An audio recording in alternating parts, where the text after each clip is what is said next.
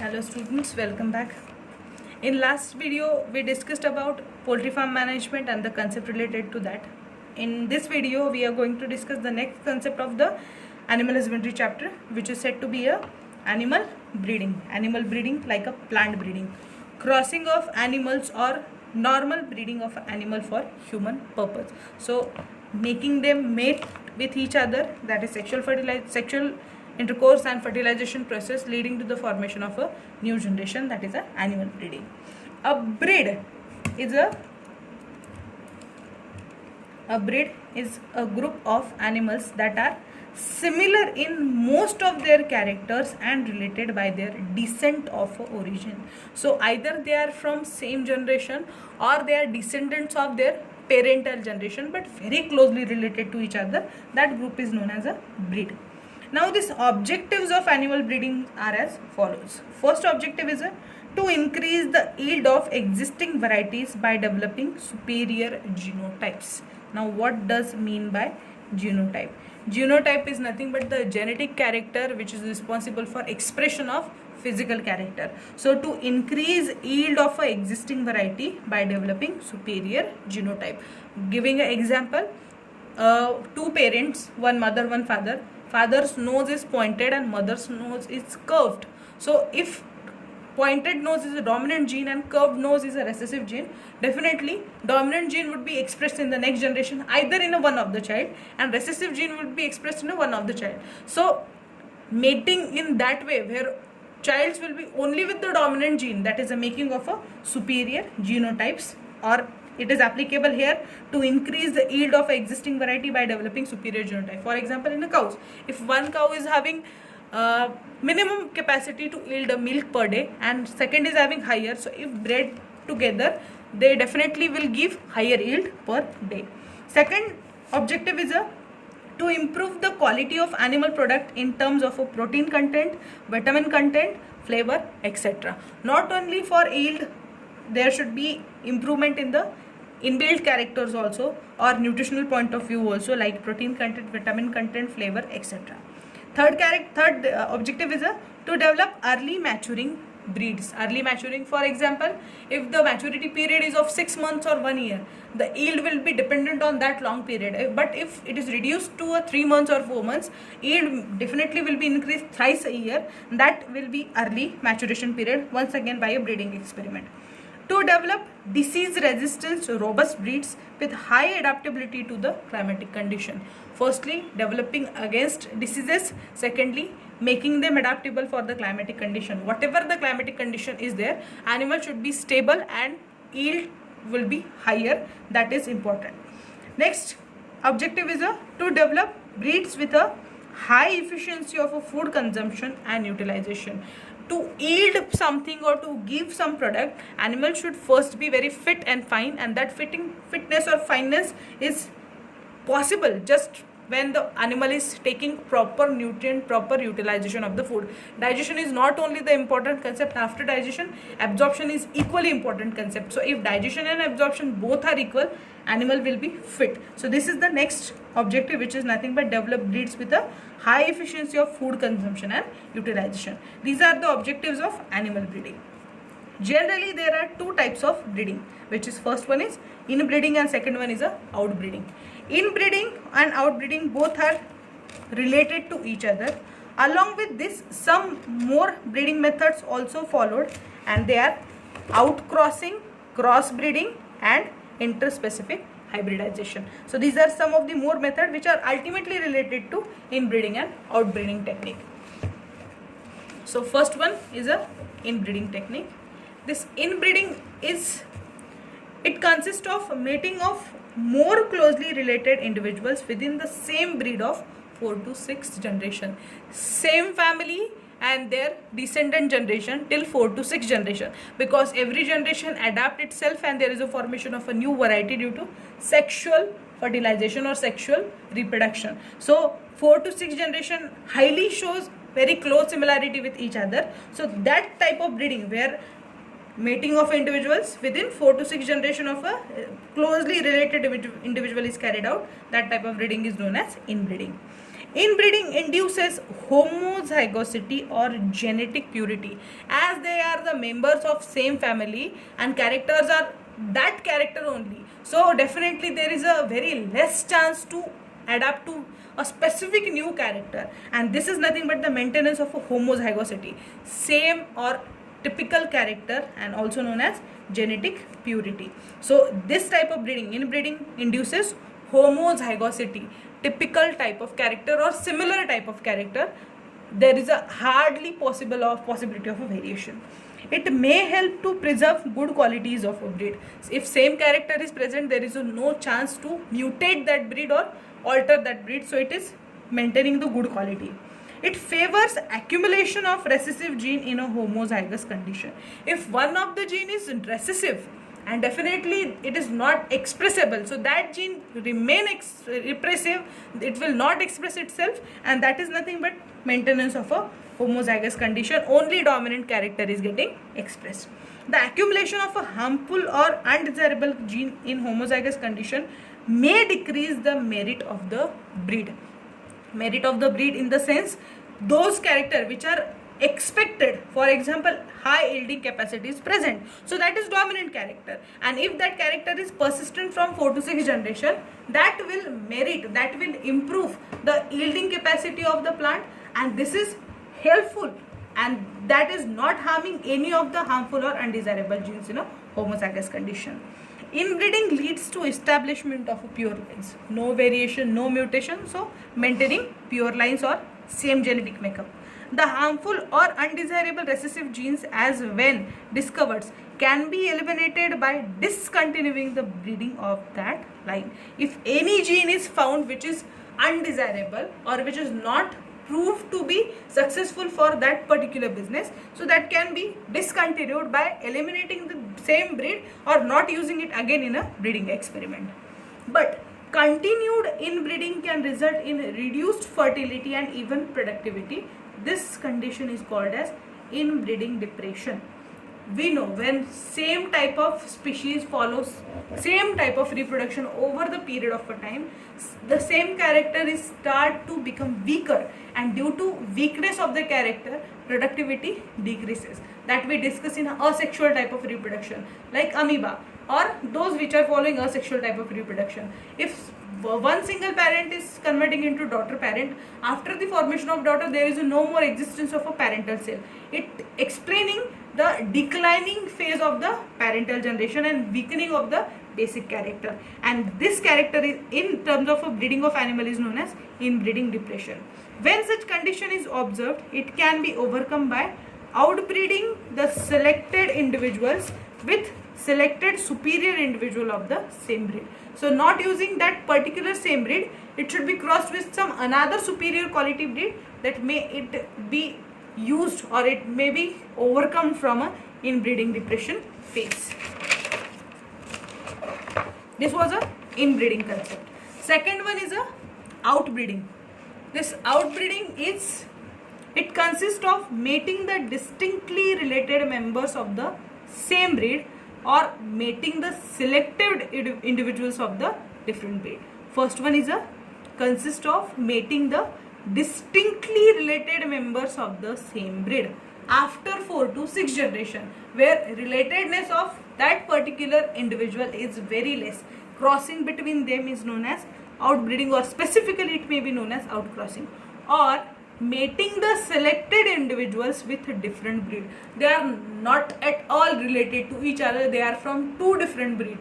Taking the example of plant, one of simply a mango variety of a hapus and mango variety of a kalam or a lalbag. If plant is mango, genes are of mango, but varieties or breeds are completely different. Fusion of these two varieties is known as a crossbreeding. This is possible with animal also, and that type of breeding is known as crossbreeding experiment. So both the types of outbreeding experiment. The outbreeding also includes mating between different species. Till now we were discussing about same species but different varieties. Now if you are crossing two different species, then type of breeding is known as interspecific hybridization between two species, and that is the next point. First one is a outcrossing. Outcrossing is mating of unrelated animals in the same species. after 4 to 6 generation, where relatedness become very poor. The selected animals do not have common ancestors on either side of their pedigree. Pedigree is a parental generation.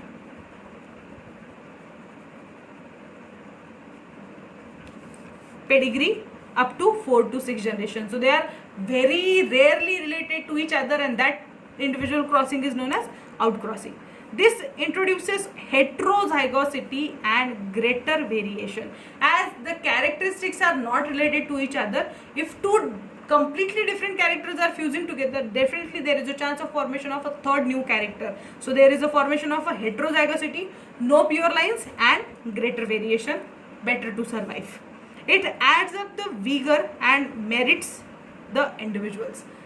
As characters are variating, possibility of their survival is definitely increasing. The next point is explaining that. It helps to overcome inbreeding depression. There is no similar animal in the same case, so there is no inbreeding depression that can be overcome by this experiment.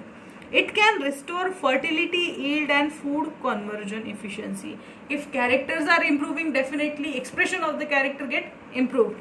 For example, restore the fertility, sexual reproduction concept may get stronger, yield may get stronger, and food conversion efficiency also may get stronger. This is the best method for animals that are below average in a milk yield and growth rate. So outcrossing is the experiment that can be definitely carried out on the animals which are having below average milk yield or their growth rate is poor. So by outcrossing with their unrelated breed, definitely there is a chance to increase their yield and increase their growth rate. So this is a outcrossing experiment. Second one is a crossbreeding. Crossbreeding consists of mating the selected superior males of one breed with selected superior females of the another breed. In outcrossing, we discussed same breed but unrelated generation, like after 4 to 6 generation. Here breeds are different from each other, like we discussed the mango. One is a Hapus and one is a Lal Bagh. Here breeds are different from each other. If we are taking the example of animal, ships from the Jammu Kashmir area and ships from the Kanyakumari area. So the ship is common animal, but the varieties or breeds are different, which are having different characters. So superior male of one selected breed with superior female of another selected breed. If they are crossed together, that type of breeding experiment is known as crossbreeding.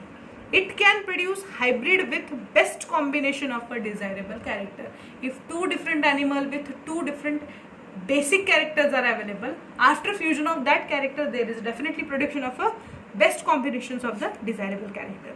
The progeny is superior over either of the parents in one or more selected character, and it is referred as a hybrid vigor.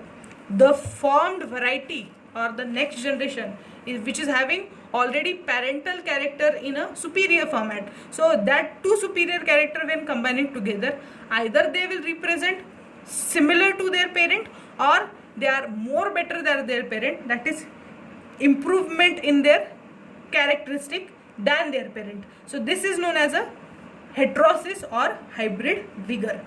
This vigor can be maintained through selective breeding to establish the homozygosity of the genes of selected character.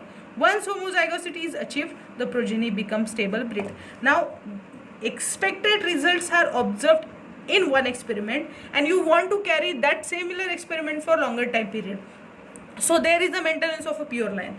Now, whatever genetic makeup available in that animal should be used in terms of a inbreeding type. Like that animal will be crossed for 4 to 6 generations and pure lines are maintained, and breeding is not carried out after 4 to 6 generation. That same animal will be used for 4 to 6 generation within that time period. So this may help to maintain homozygosity of the genes, and progeny may become stable breed for desirable characters. Examples of such crossbreedings are Hisardale variety of a sheep, which is a new breed of sheep developed in a Punjab by crossing Bikaneri Eves and Merino Rams. So these two different ships are crossed together and there is a formation of a Hisardale variety, which is a new breed of a sheep. Similarly, Giriraja, which is an Asiatic poultry breed developed by crossbreeding experiment. So these are two common examples of a crossbreeding experiment. Third type in particularly outbreeding experiment is a interspecific hybridization. Interspecific means two different animals of two different species are bred together and hybridized together to form third, definitely better developed animal. Mating of a male and female of two different species is known as interspecific hybridization. The progeny has the combinations of desirable character of both the parents. These interspecific hybrids are sterile. Example, mule.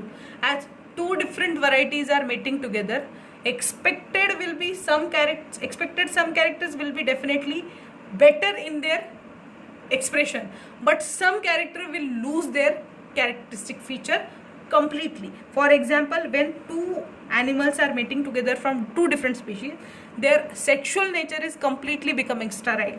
Example is a mule, which is a combination of a male donkey and female horse, which is known as a mule.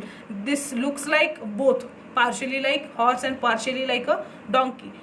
They are not able to reproduce, but they are very good in carrying the luggage, so they are included in the transport businesses mostly. Artificial insemination is one of the next concept in interspecific hybridization. Males can produce millions of sperm at a time. That concept we know. Production rate of eggs and production rate of sperm is completely different from each other.